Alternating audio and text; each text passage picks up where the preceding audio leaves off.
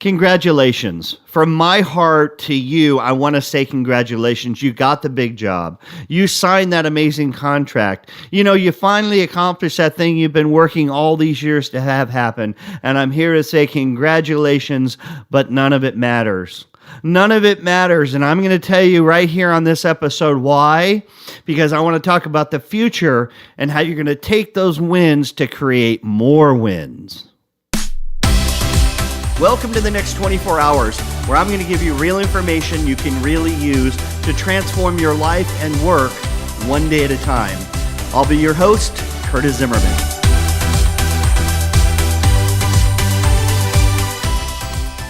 Well, hello, everyone. Thank you so much for joining me today. So excited to talk to you a little bit about that whole feeling of congratulations. And I've heard that in my life several times. And I'm sure at some point you've heard that too. Congratulations. But I want you to know, and I want you to think about it in a whole new way every time you hear about it for the rest of your life. When you hear congratulations, I want you to just look at it through a little different lens. Because so often we have worked so hard to graduate high school, to graduate college, to get the good job, to, get the marriage of our dreams. And finally, that person decides they're going to spend the rest of their life with us. And that's amazing. And all I have to say in every one of those situations in my own life, and I'm going to share a few of those today, I had to stop about 3 minutes later and in my own mind say, congratulations, you made it. You made it all the way to the starting line, because that is the truth.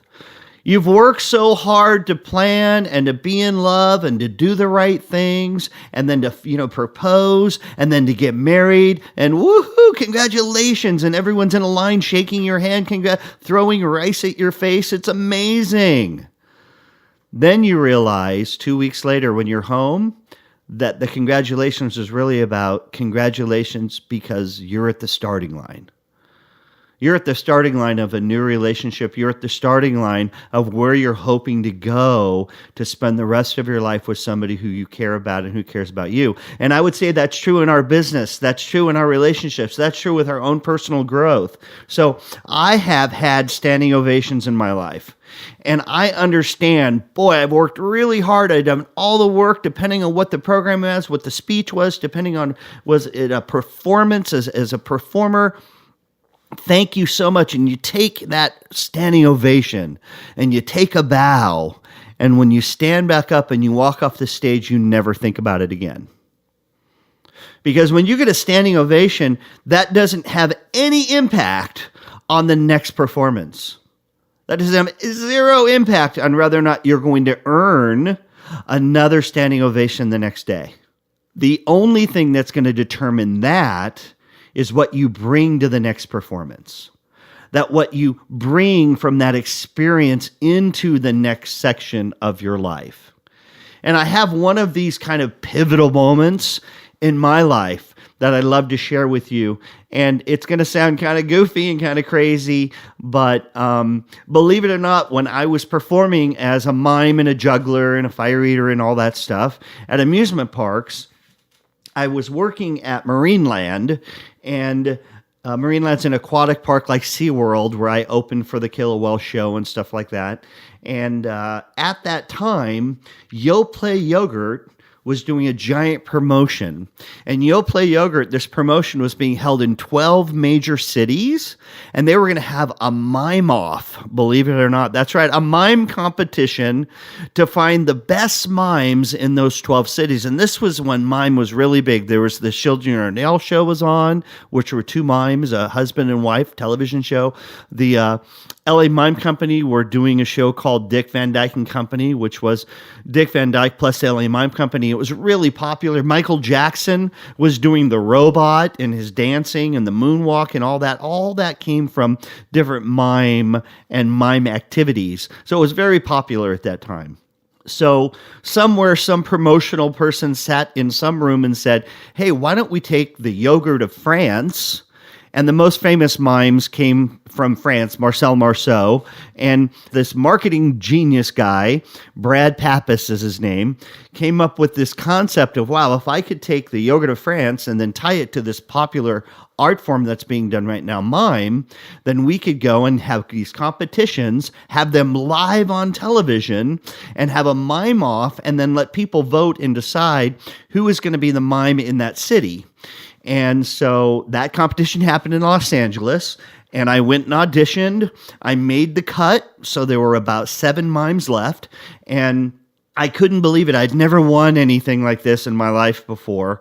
And I went to the competition. It was in downtown LA. It was at a huge open area, huge quad where everybody would come out of the big office building and sit and have lunch. And they had all the television cameras set up. All the mimes were there. All the judges were there. And then live on television, there used to be a TV show that came on at 3:30. It was called 330. And they'd do these live feeds whenever they could. So sure enough, the day finally came, and I went there, and I did my little minute and a half or whatever I had. Each mime had a certain amount of time, and I won the National Yoplait Mime Search in Los Angeles. And that meant I won $2,000 and a 1-year contract with Yoplait Yogurt. And it was one of the biggest days in my career. It was so exciting. Everybody had watched it, and then I won. And what was interesting for me was that I remember getting back in my car following the event, and I was screaming and yelling in the car because I was a mime, so I wasn't allowed to talk, right? And I was screaming and yelling in my car, and I was so excited. I couldn't believe that I finally kind of broke through to the next level as a performer. And that was a congratulations day. That was awesome. And it could have ended there because for most of they had these competitions in 12 cities, so another 11 mimes won in their city. And then the big culminating event was at the end of the year. All of the mimes were going to fly to Los Angeles, where I lived, and we were going to be in the Tournament of Roses parade. And there was a giant float that was like a mime, and every one of the mimes were on the float, and we did special appearances, and we went to different hospitals and visited kids while we were there, and it was a whole 3-day event, and that was kind of the culminating thing. And then you do some local appearances over the next year within your city, and they didn't have to fly mimes all over the city because they had them represented in each and every city in these 12 major cities. And for most people, that came. They won. They got $2,000. They flew to LA. They were in the parade. They went back home. They did 4 or 5 appearances, and then it was over, and then they went back to whatever they did before as a performer. And I had to tell the story because I didn't want it to end.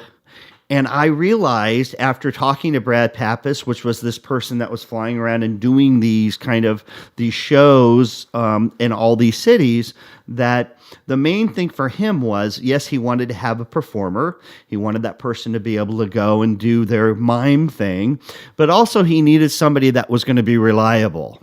He also, part of the criteria of winning the contest was somebody that was going to show up on time, somebody that was going to represent the brand in a positive way, somebody that wasn't going to do something live on a television event, because I did lots of TV appearances as the Yoplait Yogurt mime, and not do something before, after, or during that was going to make that brand look bad, because if that happened, then he would lose his contract as well. So I learned a lot about what it meant to represent something in a positive, upbeat way, because I had been doing that in amusement parks for years prior.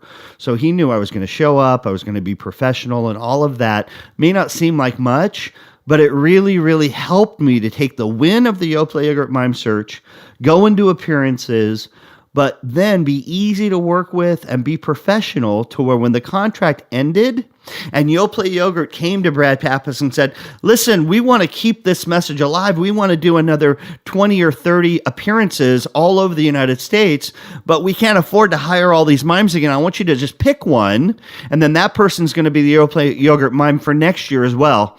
Well, I was the person he picked. So I got another win out of it. I got a whole nother year of appearances where I did travel around the country. Well, I did go on television shows where I was in parades and I was in all these special things that the other mimes didn't get to do because I didn't stop with the first win. I took the work. I treated it with respect, and then I was easy to work with. I was humble, and I wanted to understand that if I do this, what might I be able to do next? And I share that with you because I want you to understand whatever your win is. Hey, congratulations, you're CEO. Woohoo, you finally made it all the way to the starting line. Because now the question I have for you is, are you going to lock the door, collect your paycheck, and hide in your office for 2 years? And watch the stock of your company go down, and watch the morale of the people that you're supposed to be leading go down, and really say, no, I've made it, which means now I don't have to say or do anything. You see, what I want you to go, woohoo, I made it, I'm CEO. I finally made it to the finish line. No, I finally made it to the finish line with that goal. But now I'm at the starting line of how I'm going to turn around the stock value, how I'm going to change the culture for the better, how I'm going to grow this company in ways the person that before me doesn't mean it was a bad person. It just means I'm going to look at things differently, and I'm going to grow this company in a new, exciting way. I can't wait to do all the work it's going to take this to the next level. That's taking a win and then capitalizing on it in a big way. That's taking a bow for all the hard work you've done, standing up, shaking people's hand, and then going, great, now let's get back to work. And that feels totally different than I've reached my goal, now I'm done, now I can relax, now I can not have to work as hard, now I don't have to focus on my marriage. Remember we started with that? Listen, I've been married now for like 27 years. And 27 years of marriage does not guarantee 28. Let me say that again. 27 years of marriage does not guarantee 28. You know what guarantees 28? Going, I made it all the way to the starting line. I have to keep investing. I have to keep giving. I have to still be patient. I have to give, they say a marriage is 100. Nobody gives 50%. Both people give 100 and know they're doing the best they can. I would say that with you, your life, your relationships. And I have to go all the way back to that feeling of winning the Yoplait Yogurt Mime Search so many years ago. And sometimes we like to run the negative tapes in our head. I'm not immune to that. I'm not immune to thinking about the days I got straight F's on my report card. I'm not immune to the times that when I was growing up as a kid with dyslexia and dysfunctional family and being kicked out of the apartments we lived in and having other kids make fun of me because of me trying to stand up in front of a brand new classroom of kids I don't know and read out loud and them laughing at me out loud, and the teacher finally just going, okay, no, we get it. Sit down. And then go down to room 27 because you're not going to be in this class anymore. I have those tapes, just like everyone has those tapes. But I want you to make a conscious choice to stop rereading those more than you reread all the standing ovations you've gotten. I'm not saying don't be fair. I'm not saying only look at the sunny days when you won the Yoplait Yogurt Mime Search. I'm not saying that. I'm just saying, can you replay those tapes as much as you do the negative tape? Just do that. And I think you might be amazed how awesome you are. If you could look at it at face value for real, stop wondering, can you make the next goal happen in your life, and start looking at what are the goals I've had in my past that didn't come true? What are the things that I've really strived for and worked really hard for that didn't manifest? Because on most people's cases that I look at, the truth is they have. So stop questioning what the future looks like. Stop questioning, can you do it? Just get to work and go make it happen. That's my challenge for you.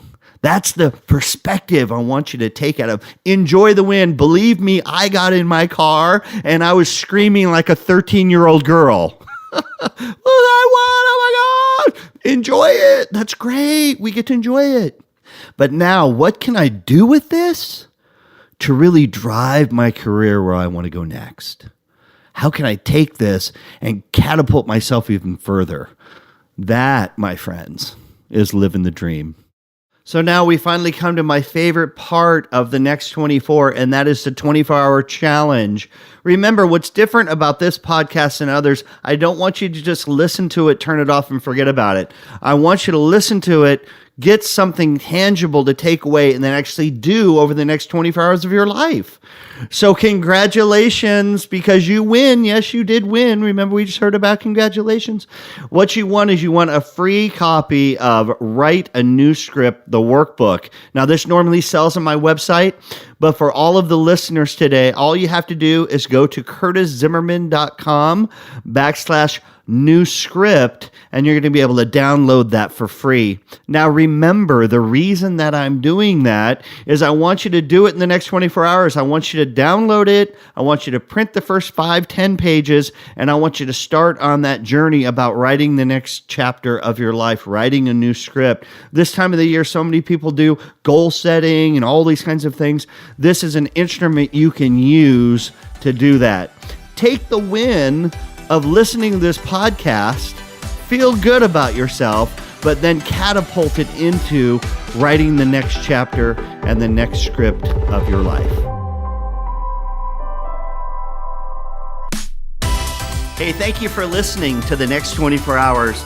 It would mean a lot to me if you found this content today valuable, that you share it with your friends. Leave me a review. I'd love to hear from you. And if you want to learn more about what I do, it's really simple. Just go to curtiszimmerman.com. Remember, in order to live the dream, you have to make the next 24 hours count. The clock is ticking.